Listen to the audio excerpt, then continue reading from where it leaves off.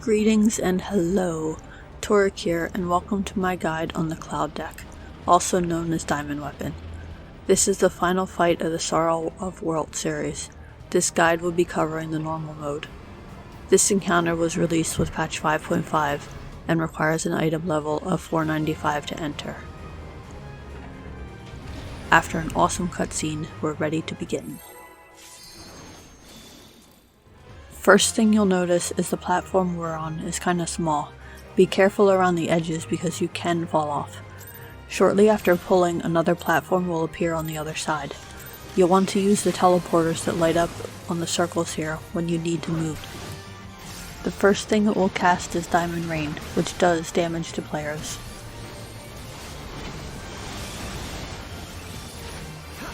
After this, the second ship will appear and the teleporters between them will activate.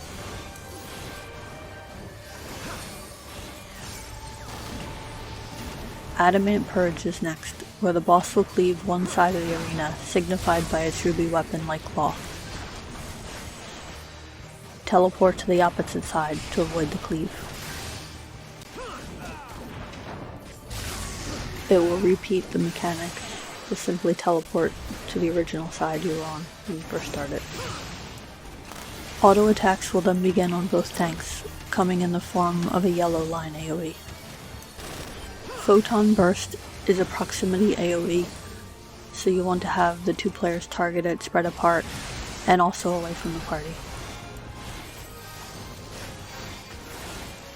The next purge will be a laser that must be shared with the party. This is indicated by the cannon on its chest.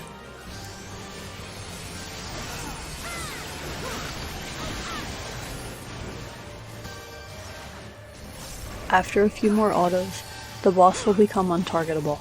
It will begin to change forms and transition into phase 2. The boss will take the form of Ifrit and perform a knockback on both sides of the ship. Position yourself in a way where you're either knocked backwards on the ship you're already on, or knocked over to the other ship. After you land, the boss will face one ship and prepare to attack it. You'll want to quickly move to the other ship if yours is targeted. This will put the targeted ship out of commission for the time being. Now that he's done introducing himself, he'll cast Outrage, which is an AoE. Shortly after, it'll cast Ori Arts, where it will charge between the orbs on the outside of the ship. Simply dodge to the safe spot. After the zigzags, the boss will charge in a straight line from one of the ends before returning to the ship. As soon as the boss is targetable again, it'll do a tank buster called RE Doomstead. Cooldown is necessary. Soon after, the boss will charge through the arena again, this time with an AoE covering the middle half of the arena. When he lands, there'll be a circle AoE covering approximately half the platform. Next up is Vertical Cleave, a knockback based on where the boss lands. Either use knockback prevention or position yourself so that you don't fall off. After another tank buster and more Ari Art charges, the boss will become untargetable again and begin to transition into the final phase. After the boss returns to its original form, the other platform will reappear, and with it the yellow line autos will resume. Diamond Shrapnel is a persisting targeted AoE on two random party members. The AoE is large and will follow you, so it's best that the targeted players make use of the teleporters to avoid the incoming barrage. As this is finishing up, the boss will again cleave one side of the arena. Teleport away if necessary. Articulated Bits will spawn several Magitech bits that shoot a straight line from where they're facing. Move away as necessary. After the first attack, they'll shift to a new formation, so again, just dodge as necessary.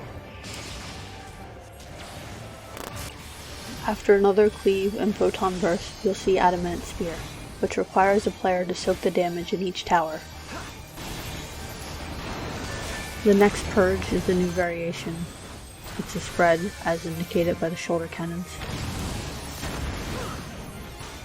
From here on, you'll repeat these mechanics until the boss is dead, or you wipe. Overall, this fight was a lot of fun, and the difficulty isn't too high. I liked the teleporter mechanic in it. I hope my guide was helpful. Thanks for watching.